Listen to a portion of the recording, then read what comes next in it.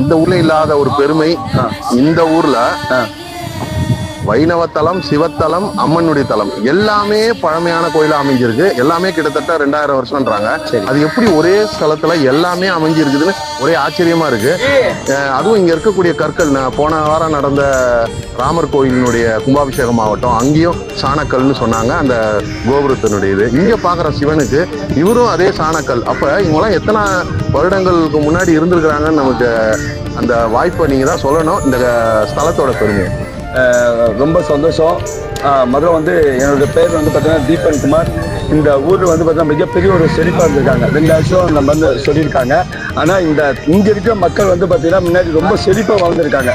அது பார்த்தீங்கன்னா ஏன்னா அந்த ஒரு கோவிலோட அமைப்புகளே பார்க்கும்போது தெரியும் இந்த ஊர் எவ்வளோ பெரிய செழிப்பாக இருந்திருப்பாங்க, மக்கள் எவ்வளோ செல்வாக்கோடு இருந்திருப்பாங்கன்றது எல்லாம் தெரியும்.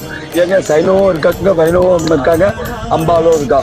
அதனால் இங்கே பார்த்தீங்கன்னா நீங்கள் சொன்ன மாதிரி விஷயங்கள் எல்லாம் அந்த காலத்தில் எவ்வளோ ஒரு கஷ்டப்பட்டு இந்த மாதிரி ஒரு கற்கள்லாம் இங்கே கிடைக்காத ஒரு விஷயத்த சுவாமி திருக்கல்கள்லாம் கொண்டு வந்து ஒரு ஸ்பெசிலிட்டி கிடையாது, ஒரு எந்த வசதியுமே கிடையாது.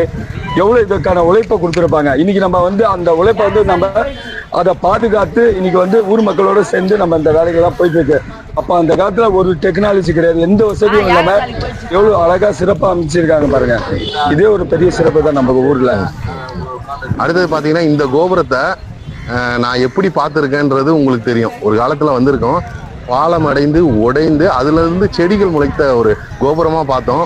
அன்னைக்கு நீங்க உங்களையும் பார்த்து பேசும்போது இந்த கோயிலுக்கு என்னைக்கா விடிவுகாலம் பிறக்க போகுதுன்ற வார்த்தையை சொன்னீங்க.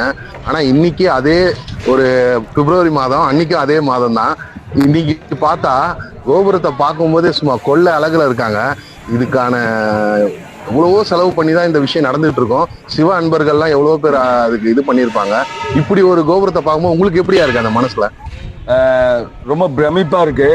இதுல எல்லாருமே சந்தோஷப்பட வேண்டிய விஷயம். ஏன்னா இன்னைக்கு பாத்தீங்கன்னா தமிழக அரசு இந்து சமய அறநிலையத்துறையும் இந்த கிராம பொதுமக்களும் மற்றும் வருகின்ற அன்பர்களும் மற்றும் சிவன் அடியார்களும் வருகின்ற அனைத்து பொதுமக்களும் இந்த கோவிலுக்காக மிகப்பெரிய ஒரு உழைப்பை கொடுத்திருக்காங்க. வரவங்க எல்லாமே இந்த கோவிலுக்காக நிறைய பண்ணியிருக்காங்க. சுவாமி எல்லாருக்கும் ஒரு நல்லதை கொடுத்ததுனால இங்க நல்ல ஒரு சிறப்புகள் எல்லாம் சுவாமி அவங்களுக்கு பண்ணியிருக்காரு. அதுக்கான பலன் தான் இங்க நீங்க பார்த்திருப்பீங்க இந்த கோபுரம். சோ நம்ம சொன்ன மாதிரி சார் நீங்க சொன்ன மாதிரி 2000 வருஷமா வழிபாடு இல்லாத ஒரு கோவில் அன்னைக்கு பார்க்கறதுக்கும் இன்னைக்கு பார்க்கும்போது இப்பிறவில நம்ம எடுக்கிறதுக்கு சுவாமி இந்த ஊருக்கு மிகப்பெரிய ஒரு புண்ணியத்தை எல்லா மக்களும் இந்த கோவிலுக்காக மிகப்பெரிய ஒரு உழைப்பை கொடுத்திருக்காங்க. வரவங்க எல்லாமே இந்த கோவிலுக்காக நிறைய பண்ணியிருக்காங்க.